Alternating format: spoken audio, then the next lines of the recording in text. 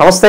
ఈరోజు మన స్టూడియోలో ప్రముఖ ఆధ్యాత్మికవేత్త ఆస్ట్రాలజర్ దత్తాత్రేయ గణపతి ఉపాసకులు మురళీధర్ శర్మ గారు ఉన్నారు. సో గురువు గారితో మాట్లాడదాం. నమస్కారం గురుగారు. మహాదేవ శ్రీమాత్రే నమః. గురుగారు, దేవీ నవరాత్రులు అమ్మవారిని అందరూ కూడా వివిధ రకాల పద్ధతుల్లో ఆరాధిస్తూ ఉంటారు.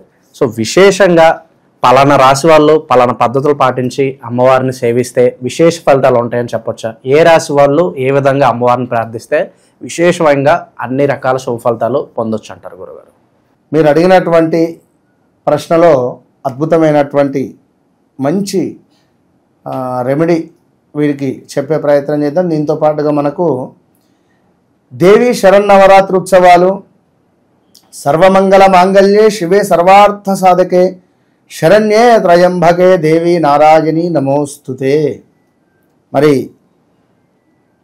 ఈ యొక్క అమ్మవారు పిలిస్తే పలికేటువంటి తల్లి. కాత్యాయనాయ విద్మహే కన్యాకుమారి ధీమహి తన్నో దుర్గీ ప్రచోదయాత్. దుర్గా అమ్మవారి యొక్క వైభవము ఇది. ఎందుకంటే అమ్మవారి నవరాత్రులు అంటే అది అసలు కన్నుల పండుగ, ఉత్సవాలు అంటారు. కేవలము దసరా మహోత్సవాలు అంటే వట్టి విషయం కాదు. గణపతి నవరాత్రి మహోత్సవాలు అన్న వట్టి విషయం కాదు. ఎంతమందికి అన్నదానాలు జరిగినవి మొన్న జరిగినటువంటి గణపతి నవరాత్రులలో ఎంతమంది. అరే ఇది అసలు ఈ సందర్భం నాకు ఇప్పుడు గుర్తు వచ్చింది. ఎవడో ఇట్లా నేను మాట్లాడకూడదు చెప్తున్నాను, అది ఎక్కడో సందర్భం నాకు తెలియదు. ఆ వీడియో ఉందా లేదా తెలియదు. గణపతి నవరాత్రులలో స్వామివారు అక్కడ ఉన్నారు, ఈ ఇద్దరు అక్కడ పడుకొని ఉన్నారు. వానికి కాళ్ళల్లో వాడు కూడా బాంబు పెట్టి ముట్టిస్తాడు, షేర్పటక బాంబు. గణపతి ముందు ఇద్దరికి కాళ్ళల్లో బాంబును పెట్టి చిన్న టపాకాయ దాన్ని ముట్టించిండు వాడు. ఎందుకన్నా తలికాయ ఉన్న ముచ్చట నా ఇదేమైనా అవసరం ఉన్న విషయమేనది. గణపతి భగవంతుడు అక్కడ ఉన్నాడు, భగవంతుడి ముందు అలాంటి పిచ్చి పిచ్చి పనులు చేస్తారు ఎవరన్నా? ఇక ఇలాంటి సందర్భాలు ఉన్నవి. సో దుర్గా అమ్మవారికి సంబంధించి మోస్ట్ పవర్ఫుల్, జాగ్రత్తగా ఉండండి. అయితే 22వ తారీఖు నుంచి మనకు దేవి శరన్నవరాత్రి ఉత్సవాలు. వాస్తవానికి 9 రోజులు అంటాం, కానీ మనకు 11 రోజులు అవుతుంది ఏర్పడకుండానే. సో 11 రోజులు కూడా జరిగిపోతాయి. మరి విశేషంగా సోమవారం నుండి ప్రారంభము. మనకు విజయవాడ కావచ్చును, శ్రీశైలం కావచ్చును, అదేవిధంగా ఇలాంటి పుణ్యక్షేత్రాలలో దేవి శరన్నవరాత్రి ఉత్సవాలు, వేములవాడ ఎంతో కనుల పండుగగా అద్భుతంగా ఉంటుంది. సో ఇలాంటి దేవి శరన్నవరాత్రి ఉత్సవాలలో మరొక విషయం ఏమిటి అంటే, ఈ నవరాత్రులలో మనకు కొన్ని ప్రత్యేక పూజలు, పరిహారాలు కానీ గ్రహస్థితులు కూడా మారుతూ ఉంటుంది.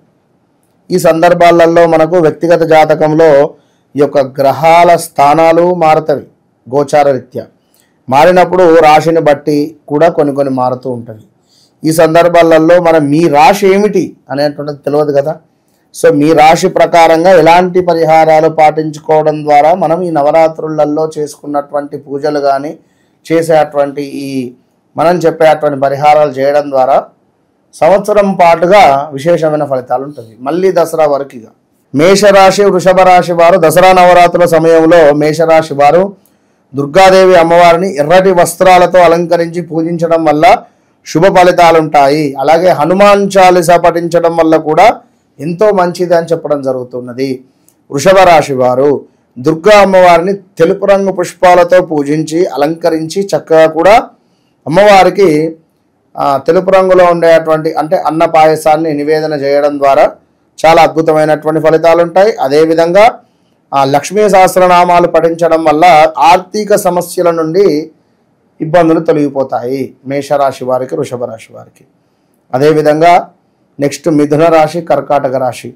మిథునం, కర్కాటక రాశి వారు దుర్గమ్మని ఆకుపచ్చ వస్త్రాలతో అలంకరించి పూజించడము శుభప్రదము. అలాగే ఈ రాశి వారు విష్ణు సహస్రనామం లేదా దుర్గా సప్తశతి చదవడం అత్యంత శుభ ఫలితాలను ఇస్తుందని చెప్పడం జరుగుతున్నది.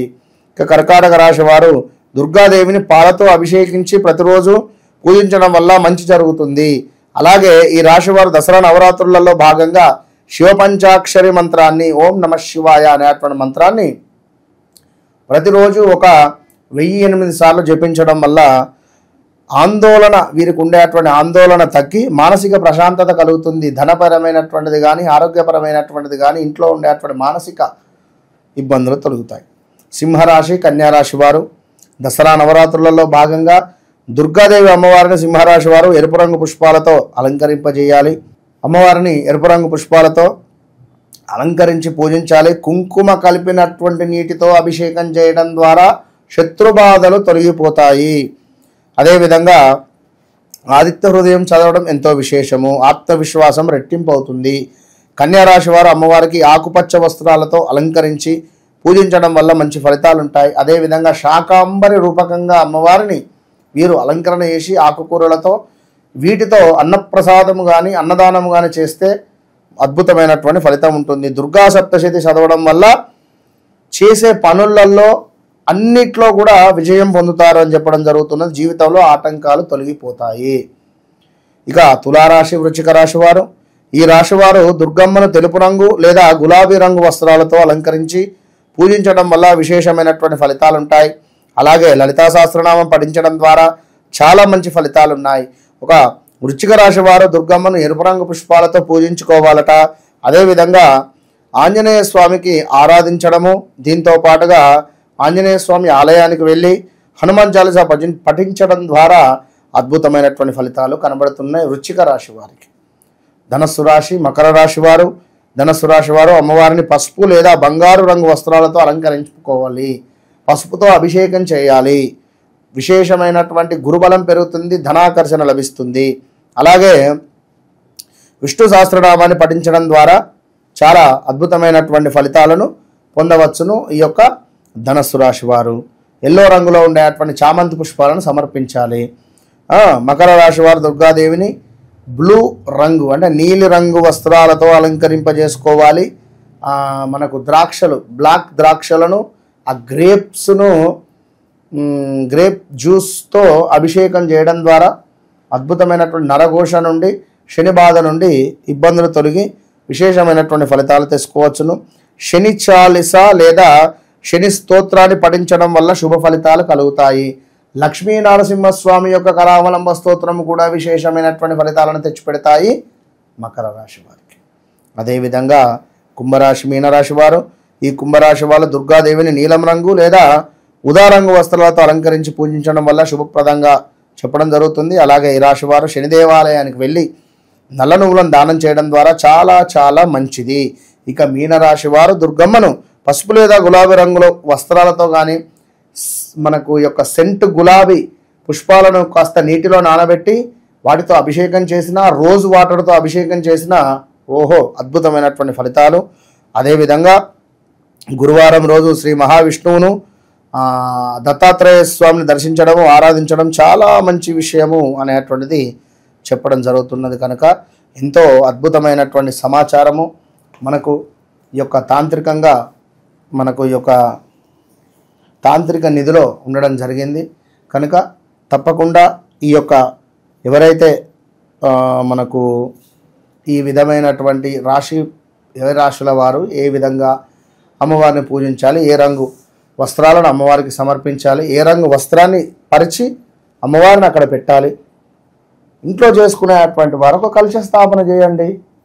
ఏమి లేదు, ఒక కలశం చెంబు, అందులో చక్కగా కూడా ఆవు మూత్రము, అదేవిధంగా కొంత జాజికాయ, జాపత్రి, లవంగాలు, ఇలాచీలు, అదేవిధంగా పచ్చకర్పూరము, వీటన్నిటినీ కూడా మనకు అద్భుతంగా గ్రైండర్ చేసి ఆ పొడి వేసి కొంత మర్రి ఆకు, అదేవిధంగా కొంత జమ్మి చెట్టుకు సంబంధించినటువంటి మర్రి, రావి, జమ్మి, వీటికి సంబంధించినటువంటివి కొంత మనకు, అదేవిధంగా మామిడి, వీటికి సంబంధించిన అన్నీ కూడా చక్కగా అందులో పెట్టి కొంత గోపంచకం వేసి ఒక కొబ్బరికాయను పెట్టి దానిపై ఒక వస్త్రాన్ని పెట్టి చక్కగా మనం ఏ రాశుల వారు ఆ వస్త్రాన్ని అమ్మవారికి సమర్పించి రోజు చక్కగా అమ్మవారి యొక్క నామాలు లేదా శ్రీమాత్రే నమః, శ్రీమాత్రే నమః, శ్రీమాత్రే నమః, శ్రీమాత్రే నమః ఇంతే చక్కగా చేసి చక్కగా 11వ రోజు అయిపోయిన తర్వాత కొబ్బరికాయ కొట్టి లేదా ఒక బూడిద గుమ్మడికాయను బలి ఇచ్చేసి అమ్మవారికి ఆ కలశాన్ని కదిలించేసి అందులో ఉండేటువంటి నీటిని ఇల్లంతా చిలకరించాలి, మీ పైన జల్లుకోవాలి. అటు పిమ్మట ఆ కొబ్బరికాయను చక్కగా ఏ రాశి వారు మనం చెప్పినటువంటి కలర్ జాకెట్ పీసులో వేసి కట్టి ఇంటి లోపల మనం ప్రధాన ద్వారం నుంచి బయటికి వెళ్ళే సందర్భంలో ఇట్లా పైన చూసుకొని నమస్కరించుకొని వెళ్ళే విధంగా దాన్ని పైన కట్టుకోండి. ఇంతే నవరాత్రులు. విశేషమైనటువంటి ఫలితాలు తెచ్చిపెడితే ఎక్కడైనా దగ్గరలో దేవాలయంలో కంకణ ధారణ ఉంటే వెళ్ళండి. ఉల్లిపాయ వెల్లుల్లి తినకండి. బ్రహ్మచర్యాన్ని పాటించండి. స్త్రీలైనా పురుషులైనా కొంత మనసును ఏకాగ్రతగా ఉంచుకోండి, నియంత్రించుకోండి, కోరికలను చంపుకోండి, ప్రశాంతంగా ఉండండి. మంచి ఫలితాలు అమ్మవారు ఇస్తుంది. ప్రతిరోజు ధూపం వేయాలి. అమ్మవారికి ధూపం అంటే ఎంతో ప్రీతి. ధూపం వేస్తే నిన్ను అస్సలు మర్చిపోదు. అంతే. చాలా బాగా వివరించారు. దసరా శుభాకాంక్షలు గురుగారు. అందరికీ మన ప్రేక్షకులకు అమ్మవారి యొక్క అనుగ్రహం ఎల్లవేళలా మనసు పూర్తిగా ఉండాలని కోరుకుంటూ దసరా శుభ ఆశీస్సులు.